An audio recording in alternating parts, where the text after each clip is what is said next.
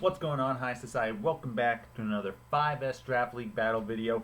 We're in the Elite Four. It's championship weekend, and we got the Cinderella Story, City Charizards from last to potential finalists going up against number 3 seed Montreal Milotics. So let's take a look here. Montreal bringing GMAX Inteleon, the Season 3 MVP, Urshifu Rapid Strike Ditto, Polteageist, Hatterene, Skarmory.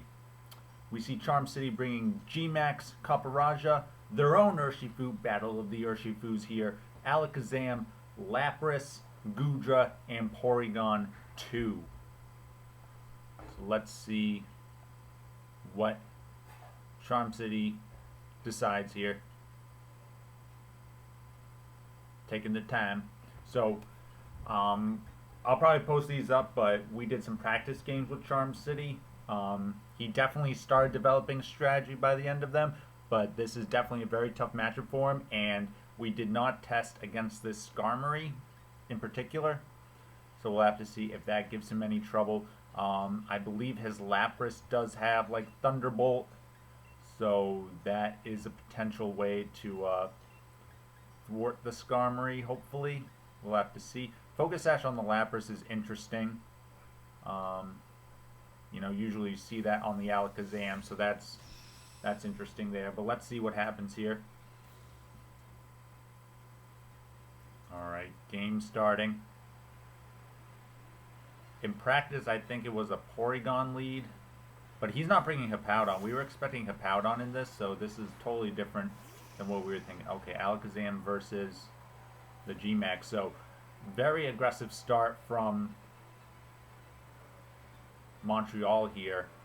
Let's see if Alakazam can punish this with the energy ball. Wow, going for the GMAX straight away. So I think, depending on how this Alakazam is trained, I believe it should outspeed the Inteleon, but this is a very aggressive start. I would have really liked to have seen the Porygon 2 that we practiced on this, because I think Trick Room is the key for this. Okay, nope, Inteleon goes first, and no Focus Sash on this Alakazam. Doesn't matter, though. So let's see how much this Energy Ball will do. Can he pick up a KO here? No, it doesn't even get him down to half. He's not being able to outspeed the Inteleon here is really going to cost Charm City. I'm interested to see why they didn't go with what was working for them in the practice games. That'd be interesting to ask them. Maybe we'll get them on a future podcast and just, you know, see what happened. Because in the practice games, if you saw, the way they were winning was through Trick Room abuse. So we see here Alakazam goes down. This Inteleon, very aggressive start. So let's see. Now he's going into the Porygon. So is he going to try and set up a Trick Room here? Looks like that is the play. Let's see how this Porygon survives a Hydro Snipe here. I suspect that it will pretty easily. Yeah, see, now imagine this as the first turn and you get the Trick Room up. Like now we're talking like a whole different game. Alakazam is still in the back. Like Alakazam was your Urshifu counter here. So yeah, I don't know. I don't know about this one. Okay, it looks like he's looking to switch out here.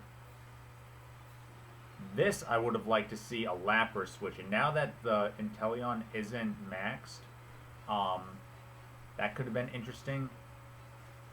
But we'll have to see if maybe Inteleon switches out here for a Hatterene to try and abuse their opponent's Trick Room on Montreal's side. Okay, so it is a switch out. Let's see if it's Hatterene here. Okay, it is Hatterene. So this is nice for Charm City. Hopefully they can get back into this. But if we look at it again from the first one, if you had Porygon 2 on the first turn, it survives that Hydro Snipe, it gets up Trick Room.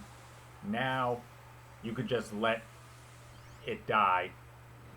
Go into Copperajah on the second turn of Trick Room. and be able to GMAX Overgrowth, do huge damage to that Inteleon. I think that was a way better opening play, but let's see if Charm City can bring it back here. So Mystical Fire comes out. Not a lot against Copperajah. Special attack drop, but that doesn't matter for Copperajah. Steel Surge comes out. This should do big damage to Hatterene. Let's see if it's sashed. It isn't sashed, so that'll take out Hatterene, and it'll get the steel bits up, which is very nice, being able to chip away at some of these Pokemon. You could see a sash on Urshifu, you could see a sash on Polteageist, so very good to get those broken. Alright, Skarmory comes out. Let's see, it does... He should have the Flare, the Max Flare. No, we don't see the Max Flare. Wow. He doesn't have the Max Flare, so...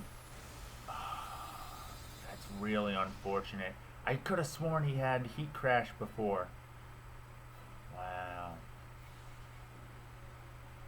Let's see, you want the Steel, you want the Overgrowth. I want to say the Max Starfall is for Urshifu, but I mean Overgrowth covers the Urshifu, so I think the Starfall is kind of redundant here. Like, you want the Darknesses to hit the Ghost Pokemon. Not having Flare here is very unfortunate. Okay, he goes for another Darkness. Oh, this is bad.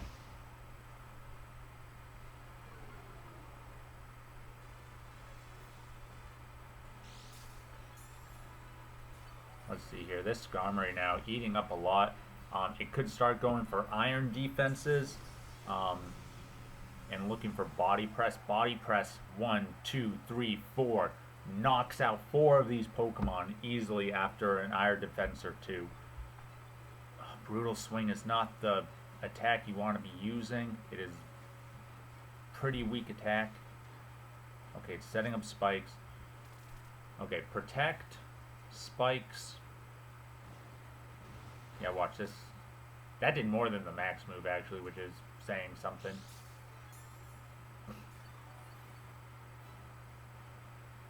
But with that recovery, you gotta switch out here. No, don't switch out, my man. Switch out. Get out of here. Not having Heat Crash is gonna really hurt him. This Skarmory can just start setting up. Look at this. He's gonna get all 3 layers up. Make this Copperajah his bitch, I tell you.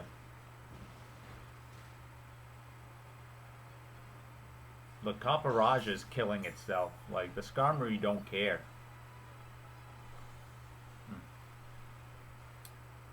Alright, so from this position, again, I don't know if this is an Iron Defense Body Press set. Like, Body Press is usually the one attacking move Skarmory runs now. Interesting to have Protect. I don't know why you would run Protect on the Skarmory. Yeah, Roost makes sense. So Roost, Spikes, Protect. It's got to be Body Press as the last one because you need some sort of attack. Either Body Press or Brave Bird. And I assume just based on the...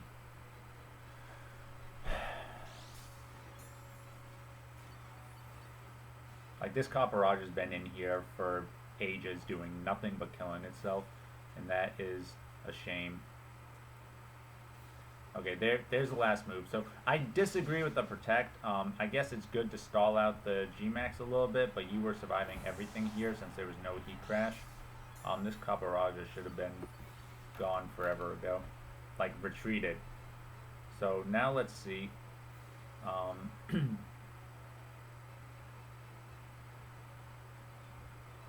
Lapras to play.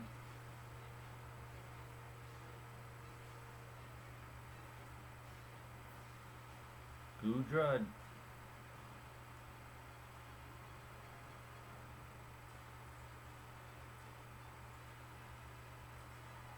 So we talked about some different moves in our practice, and I see he didn't put them on there.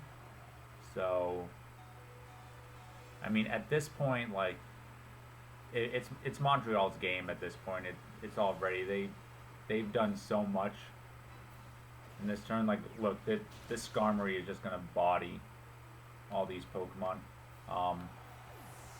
It's really unfortunate to see that because, like I said, I see what the practice was, going into this game, and I'm just curious why it wasn't executed from that. So let's see. Let's see if he can make a run at it, though, but now there's so much going against him. Sorry, I got like a sneeze coming on here. Alright, Thunderbolt. This Body Press will do a good chunk, though, and this Thunderbolt will not OHKO this Skarmory, though.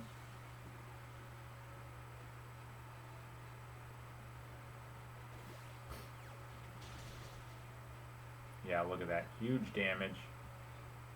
Thunderbolt. Like, I'd be even surprised if this does half. Oof. Oh, but it's dirty. Oh, that was a crit, that's why.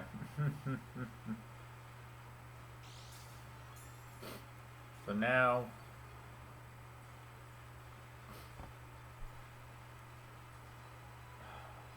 he lets Lapras die here.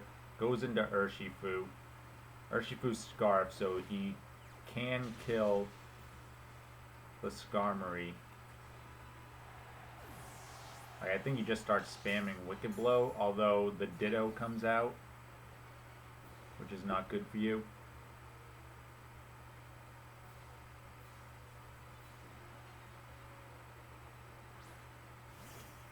Could also Thunder Punch. Thunder Punch might be better. Okay, he goes for Wicked Blow. Good to see he put Wicked Blow on the Pokemon, because he was not using that in practice, which says something. Okay, Protect. See, this is why you don't Protect in front of Urshifu. It don't matter, son.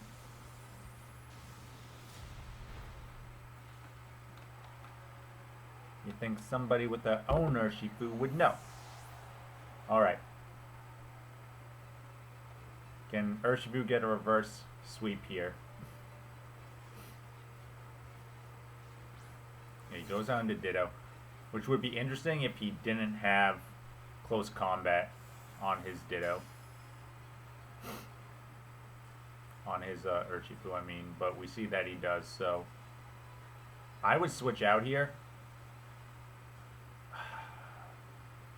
Wins the speed tie, takes out Urshifu.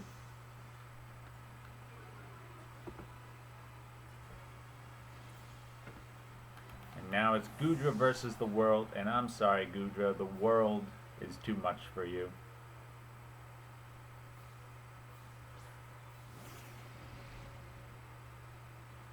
Look at that spike damage, just taking almost a quarter of the health out of here.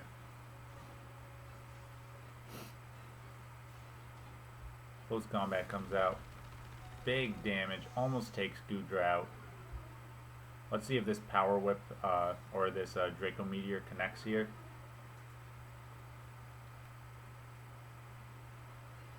Okay, it does connect, so this should take out the Ditto. But now it's Montreal's flavor of choice. Let's see if they go with their favorite Pokemon, Polteageist, to get the final KO, or if they go with the MVP, Urshifu, to get the KO. Or they could just throw a complete wild card and go Inteleon to get the KO. Yeah, they go Inteleon to get the KO, so just threw in a complete wild card against me. Bubble 07.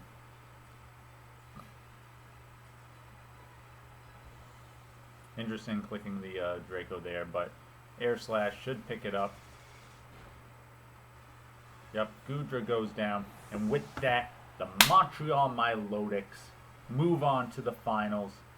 We'll have to see who they face. Will it be the Reno Weezings or your two-time undefeated? Find out later today. And as always, stay classy, society.